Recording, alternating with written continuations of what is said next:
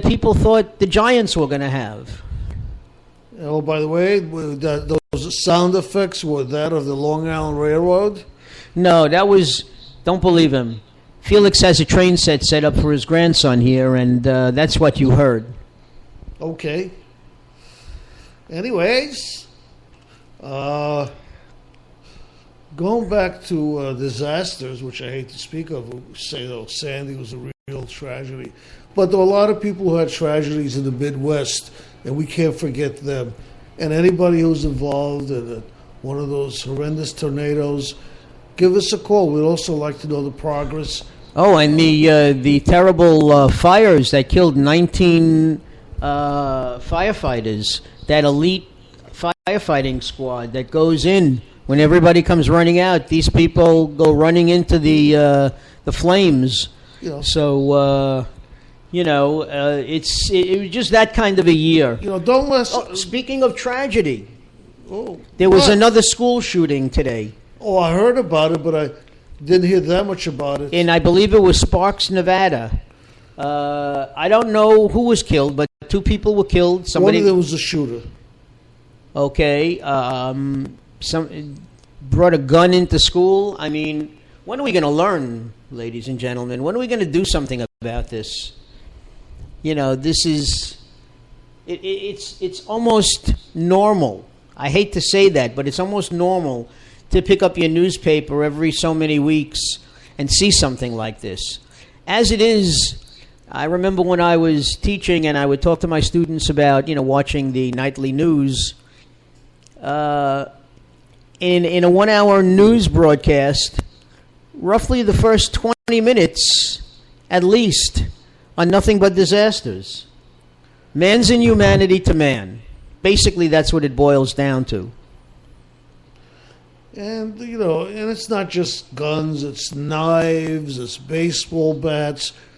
It's a lot of things. We just are a violent society, and we should start acting more like animals. Animals don't act this way. I remember when I was teaching, there was a poem by Edward Arlington Robinson called My Dreams Are of a Field Afar. A very short poem, and I still remember it to this day. I won't bore you with the whole thing, but my dreams are of a field afar, of blood and smoke and shot. In their graves my comrades are, in my grave I am not. I too was taught the trade of man that spelt the lesson plain, but they, when I forgotten ran, remembered and remain. And you ask yourself, as I would ask my students, what's the trade of man? What is it that people do so well, Felix? Probably the most soldiers there are than anything else. No. Wrong phone, folks. The trade of man is waging war and killing his fellow man. He went through basic training and he was taught the trade of man, to act like a machine. He's talking about his comrades, but they, when I forgot and ran, remembered and remain. He ran from the battle for whatever reason. His friends remained and they were killed. In Julius Caesar, Shakespeare said it best when he said, "Cowards die many times before their death. The valiant never taste of death but once." If a soldier is going to go into a battle worried that he might be killed, the chances are there's a better chance that something will happen to him than if he just does the job that he was trained to do without thinking. And all of these people who win the Congressional Medal of Honor, it's because they act on impulse and they have this adrenaline rush. And if you were to ask them, a lot of them don't remember. Many of them feel that they're earning this award for those who cannot no longer speak for themselves. Very humble people. Yeah. There are probably more soldiers in the world than any other profession, by far. Well, no one hates a war more than a soldier. That's a given. Because who's let's face it, whose job is it to go out there and go into harm's way? The soldier. Just like the policeman who hears gunfire and runs toward the shots, a fireman who sees a blaze and runs into a building as opposed to running out. These are our first responders. These are the ones who know what the dangers are, yet they put their lives on the line for us all the time. Speaking of putting their lives on the line, ladies and gentlemen, I told you on Friday, this is a coffee party. In the morning, when you have your coffee, in the afternoon, when you have your coffee break, and at night, think about us, think about that vote that counts. Okay, I can't stress this enough. Okay, there is, in our fair city of New York, of which Felix and I don't vote, there's a race for mayor. Bill de Blasio and Joe Lhota. Okay, they couldn't be any different than they are, any more different. They couldn't be more of a choice here than between these two men. I have a call coming in. We do. You're on Trucking to Heaven. Who am I speaking to? You were talking about Felix? Who's this, Bob? Bob. Oh, you're the gentleman that called last week, but a minute too late, I think. Is that correct? Yeah, I know. I try to catch you guys, and I love hearing you guys, but, I got a question for you guys. You're talking about military stuff right now. How do you guys feel about women going to the front line? Repeat that, or you're broken up a little bit. Women being in the military, which has been normal for years, but I'm talking about being on the front line because I have first-hand knowledge on how it's kind of complicated. Well, I'm sure you're talking about women who now can fight, stand go in a foxhole with a man. Well, that's the whole controversy. If we can talk about this, I got my father was in the military. My father's brothers and uncles. I wanted to go in the military, but they wouldn't let me go. But my cousin been to Afghanistan twice, and the women first line. They're saying that's a problem. Well, in what way is it a problem, Bob? Well, the problem is that just the man-woman thing.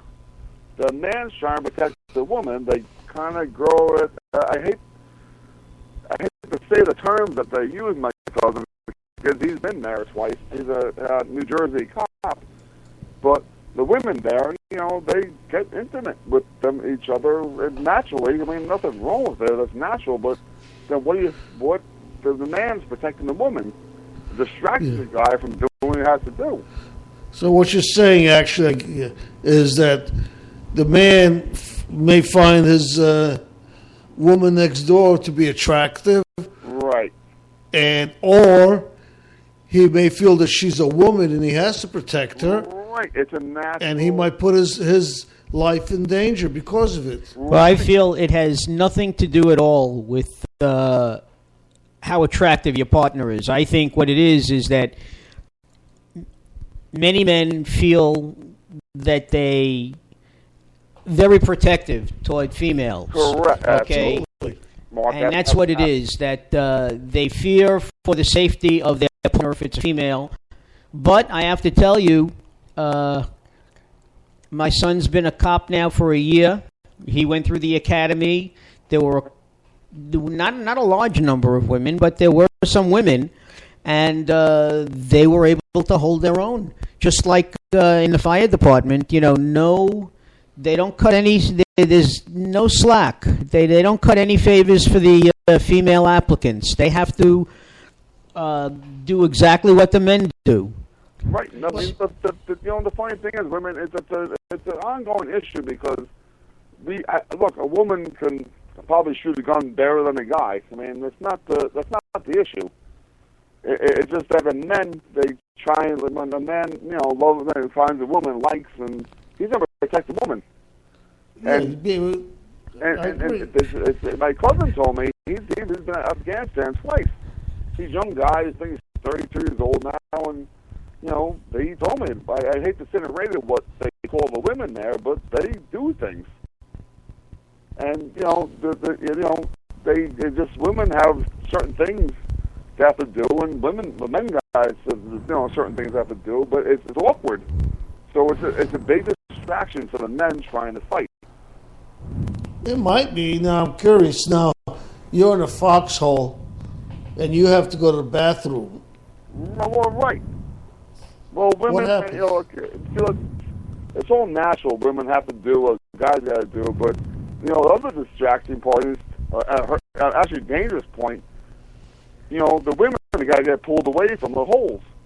So the military has to pull the women out of these holes and pull them away, so they put them at risk with the Humvees and pull them out.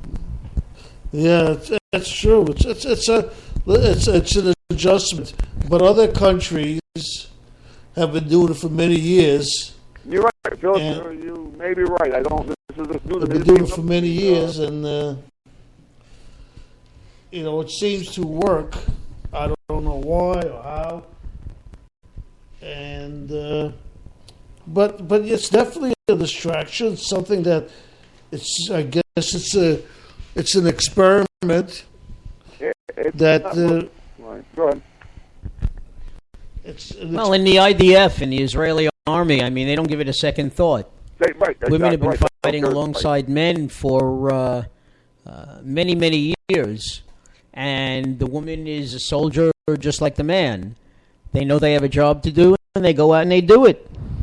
Yeah, everybody. I'm all for women's rights, but I just it's hard because my cousin told me how hard it is. He's first-hand knowledge.